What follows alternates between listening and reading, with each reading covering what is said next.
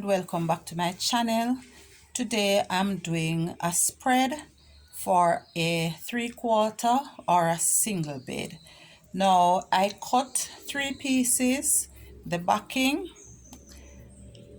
the wadding and the sheeting, 79 inches by 45 inches. The mattress is measuring 43 by 73, but I cut to give it some allowance so that I'll have enough. Now, in order to find out how much to do the piece that will go around for the frill, or in this case I use small pleats, I would measure both sides, or I would total both sides twice 76. Then I add one short side, which is 44. That would give me 196 inches total. And to that I had an extra half, which would give me 294 inches. So I cut approximately 300 inches to go around. Now here you will see I went ahead and I used small pleats and I have pinned these in place, and this piece is measuring 21 inches long. Now while pleating I would continue to measure to ensure that when I am done I have the total 196 inches that I need to go around. Now I went ahead and I measured and marked 15 inches from either side. So I have 2 marks that I am going to stitch down, as in when I'm doing the comforter, and for that you can see my video on how to make a comforter. Now I have layered these, so I have the backing at the bottom, my wadding is on top, and my sheeting is on top of that. Now I'm going to pull this up and then get an extra 2.5 inches, which I am going to fold a 1/4 inch or a half inch under, and then 2 inches under to cover both pieces. I'm going to pin that in place and stitch that down first of all.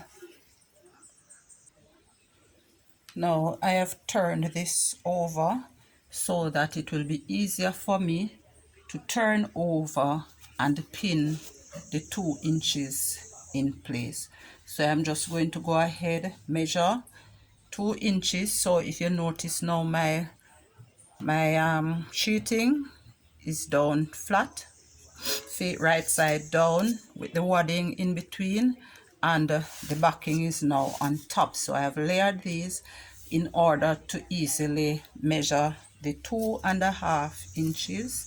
So I turn over a half inch first, and then I am going to measure and pin in place 2 inches, and then I am going to go ahead and stitch this down. All right.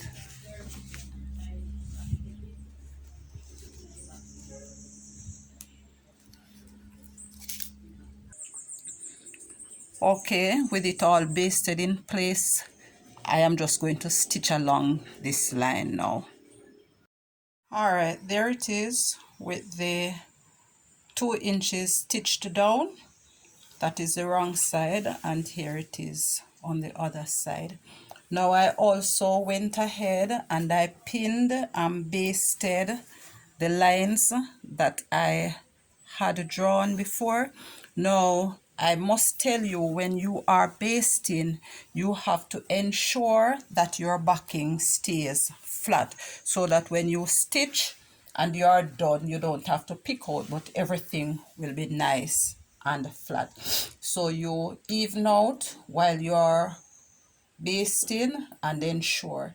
And when you are stitching, you also have to hold it firmly to ensure that it doesn't get all wrinkled on the underside.